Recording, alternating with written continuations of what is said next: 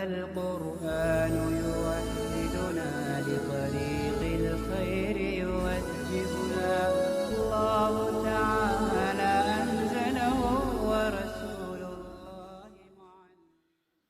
بسم اللہ الرحمن الرحیم۔ فصل، یہ فصل ہے العرضی عن الخاصة والعرض العام ينقسم إلى لازم و مفارق۔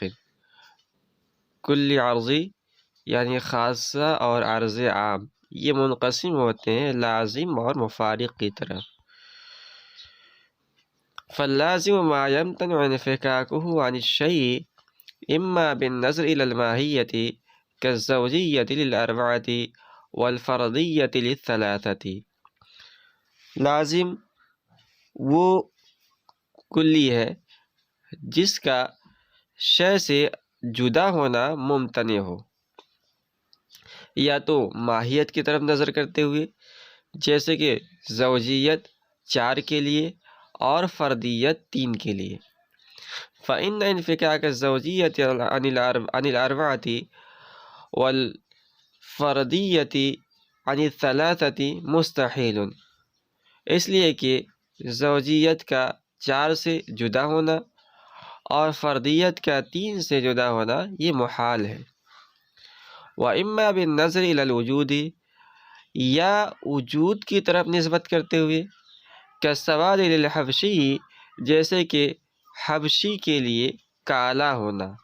فإن انفكاك السواد عن وجود الحبشی مستحیل، اس لیے کہ حبشی کے وجود سے سیاہی کا الگ ہونا یہ محال ہے۔ لا عن ماہیتہ، لیکن اس کی ماہیت سے الگ ہونا یہ محال نہیں ہے، یعنی اس کی ماہیت سے الگ نہیں ہے۔ لأن ماہیتہ الانسان، اس لیے کہ اس کی ماہیت تو انسان ہونا ہے۔ وظاہر ان السواد لیس بلازم للانسان، اور ظاہر سی بات یہ ہے کہ سیاہی یا کالا ہونا یہ انسان کے لیے لازم نہیں ہے۔ والعرض المفارق ما لم يمتنع انفكاكه عن الملزوم، اور عرض مفارق وہ کلی ہے جس کا ملزوم سے الگ ہونا، جدا ہونا ممتنع نہ ہو۔ كالكتابة بالفعل للإنسان والمشي بالفعل له، جیسے کہ کتابت بالفعل انسان کے لیے اور مشی بالفعل انسان کے لیے۔ یہاں سے مصنف رحمۃ اللہ علیہ کلی عرضی یعنی خاصہ اور عرض عام میں سے ہر ایک کی قسموں کو بیان کر رہے ہیں۔ چنانچہ انہوں نے بتایا کہ کلی عرضی یعنی خاصہ اور عرض عام میں سے ہر ایک کی 2 قسمیں ہیں، لازم اور مفارق۔ پھر ہر ایک کی تعریف کی کہ لازم وہ کلی عرضی ہے جس کا اپنے معروض سے جدا ہونا محال ہو۔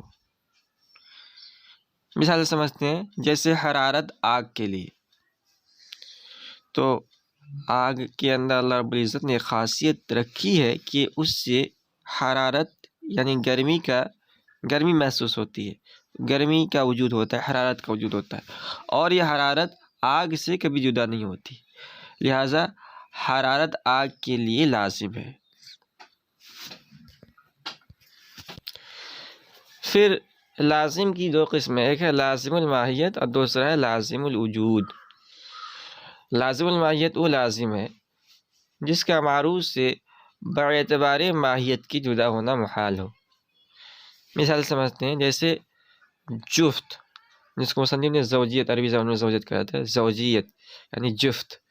تو اعداد جتنے بھی اعداد ہیں یا تو جفت ہوں گے یا طاق ہوں گے، جیسے 1 ہے، 2 ہے، 3 4 5 6 7 8، تو اس میں سے 1 جو ہے یہ طاق ہے، 2 یہ جفت ہے، 4 یہ جفت ہے، 6 یہ جفت ہے، اور 3 5 7 یہ سب طاق ہے۔ تو زوجیت یعنی جفت یہ 4 کے لیے لازم ہے، اور لازم کی دونوں قسمیں لازم الماہیت اور لازم الوجود میں سے لازم الماہیت ہیں۔ کیوں؟ اس لیے کہ 4 کی فطرت اور حقیقت میں جفت ہونا داخل ہے، اور اس کے وجود سے قطع نظر کرتے ہوئے باعتبار ماہیت کے اس سے کبھی جدا نہیں ہوتی ہے۔ یعنی 4 خواہ وہ خارج میں پایا جائے یا ذہن میں پایا جائے اس کی ماہیت کا تقاضا ہی یہی ہے کہ وہ جفت ہو، طاق نہ ہو۔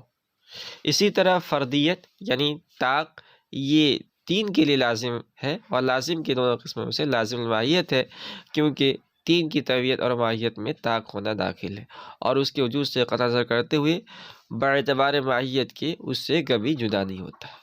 دوسری قسم ہے لازم الوجود۔ لازم الوجود وہ لازم ہے جس کا معروض سے باعتبار وجود کے جدا ہونا محال ہو، ماہیت کے اعتبار سے نہیں بلکہ وجود کے اعتبار سے۔ جیسے حبشہ کے جتنے لوگ ہیں، حبشہ ایک ملک ہے جہاں کے بلال رضی اللہ تعالیٰ عنہ تھے، تو وہاں کے لوگ کالے ہوتے ہیں، اللہ رب العزت نے ایسا ان کو بنایا ہی ہے کہ وہ کالے ہوتے ہیں۔ تو سواد یعنی کالا ہونا یہ ہر حبشی کے لیے لازم ہے، لیکن یہ لزوم حبشی کے وجود کے اعتبار سے، ماہیت کے اعتبار سے نہیں ہے۔ یعنی جو شخص بھی ملک حبشہ کا رہنے والا ہوگا وہ کالا ہوگا، لیکن ایسا نہیں کہ اس کی ماہیت ہی کالا ہونا، کیونکہ حبشی کی ماہیت تو انسان ہے، وہ بھی ایک انسان ہے، لہٰذا اگر حبشی اپنی ماہیت کے اعتبار سے کالا ہو تو تمام انسان کا کالا ہونا لازم آئے گا، حالانکہ بالکل باطل ہے۔ عرض مفارق وہ کلی عرضی ہے جس کا اپنے معروض سے جدا ہونا محال نہ ہو بلکہ ممکن ہو، جیسے کتابت بالفعل، یہ انسان کے لیے یعنی انسان کا ہر وقت لکھتے ہوئے رہنا یہ عارض مفارق ہے۔ کیوں؟ اس لیے کہ انسان یہ ہر وقت کاتب بالفعل نہیں ہوتا، کاتب بالقوت تو ہمیشہ رہے گا، پیدائش سے ہو جاتا ہے انسان، لیکن کتابت بالفعل یعنی انسان ایسا ہو نہیں سکتا کہ ہر وقت جو ہے لکھتا ہی رہے، تو کتابت بالفعل انسان سے کبھی جدا ہو جاتی ہے۔ تو چونکہ کتابت بالفعل یہ انسان کو کبھی عارض ہوتی ہے اور کبھی اس سے جدا ہو جاتی ہے، اس لیے ہم کہیں گے کہ کتابت بالفعل انسان کے لیے ایک عارض ہے اور عارض مفارق ہے۔